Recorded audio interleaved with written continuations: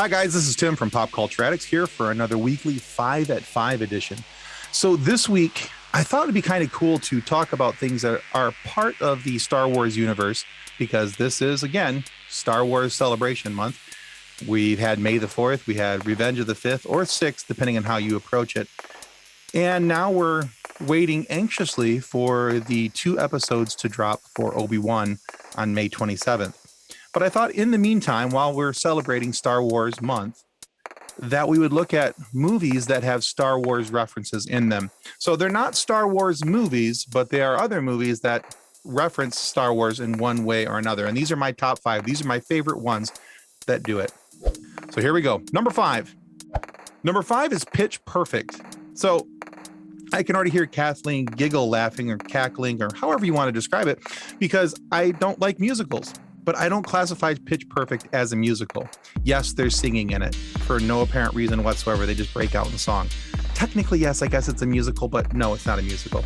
But anyway, in the original Pitch Perfect, the original, the numero uno of the Pitch Perfects, there is a line between Becca and Jesse, and they're talking about, not liking movies or all these different things. And Becca's very much not into the end of movies, and because she says they're all predictable, she says, like, the guy gets the girl and the kid sees dead people and Darth Vader is Luke's father. Jesse responds and says, okay, right, so you just happened to guess the biggest cinematic reveal in history. Her response, and this is why I love this part of the movie and why this is number 5, she says, Vader in German means father. His name is literally Darth Father, which you go look it up, and I guess, yeah, it actually is a thing, and I didn't know it until Pitch Perfect. So it's either I think it might actually be Dutch, but it was close enough to be Dutch or German. That was kind of a thing for me. I didn't know that was a thing, and now it is a thing. And so that's reason why it's number 5. Number 4. Number 4 is the original Back to the Future movie. So if you're a fan of that movie and you're a fan of Star Wars or Star Trek, you probably already know where I'm going with this. Marty wakes up George, completely donned with the radiation suit, and he has put his headphones from his Walkman that playing a cassette. Kids, you can go look that up. That used to be something before phones and MP3 players and all that stuff. Go hit the Googles. You'll be fine. So he puts the headphones from the Walkman containing the cassette from the rock band Van Halen, and he wakes up George by just screeching the music. So Marty pauses the music. George looks up to see Marty, completely shocked and surprised because he doesn't know who he is. And he says, after giving him another earful of loud music, silence, Earthling. My name is Darth Vader. I'm an extraterrestrial from the planet Vulcan. That comes back later. The next day, George is talking with Marty, and he says, last night, Darth Vader came down from planet Vulcan and told me if I didn't take Lorraine out, he'd melt my brain. And then later, with the change of the history, George, of course, at the end, being the better version of George, is now a sci-fi writer, writes about this experience and makes a boatload of money on it, so that his future has now changed. But so that's number 4, Back to the Future and the Darth Vader reference. Number 3 is the movie Toy Story 2. Now, for a lot of people, I don't think that they caught the symbolism in the movie. It's never expressly said that they are referencing Star Wars in any form or fashion or anything along those lines. But if you're a Star Wars fan, you totally saw it. The relationship between Buzz Lightyear and his arch nemesis, his enemy, Zurg. They start off as enemies. Then there's the reveal that Zurg is actually Buzz Lightyear's father, and there's the posing and the way that Zurg stands is very reminiscent of a lot of things that Darth Vader does. It's just in the way he talks, the way he says things, there's just a lot of symbolism. Never expressly said that, hey, this is a reference to Star Wars, but it's, kind of like what you see on the TikTok challenges. Tell me that you can reference Star Wars without saying that you're referencing Star Wars. And that's basically what's happening. It's a lot of fun to watch. And if you're a Star Wars fan, it's pretty entertaining. So number 3 is Toy Story 2 and the relationship between Buzz and Zurg. Number 2.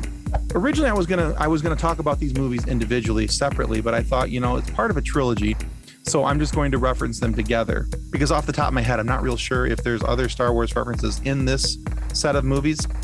I think there is. I'd have to go back and double check some things, but I know for sure that there are Star Wars references in the first 2 of these 4 movies. I said trilogy. It's more like a quadrilogy now. because originally it was a trilogy and then they added the Kingdom of the Crystal Skull. So I'm talking about Indiana Jones.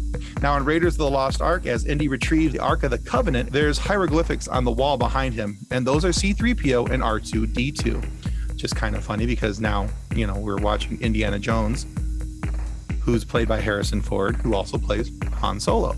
And then, of course, in the Temple of Doom, Indy is there doing some business. There's some clever branding on the outside of the club, the nightclub that they're at, which just happens to be called Club Obi-Wan.